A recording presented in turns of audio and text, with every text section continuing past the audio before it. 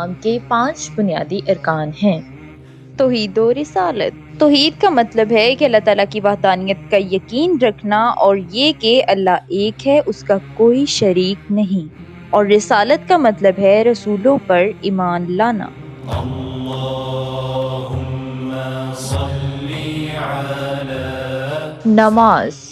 نماز ہر مسلمان پر دن میں 5 دفعہ فرض ہے۔ روزہ قرآن پاک میں ارشاد ہے کہ اے ایمان والو، تم پر روزے فرض کیے گئے جس طرح تم سے پہلے لوگوں پر فرض کیے گئے تھے۔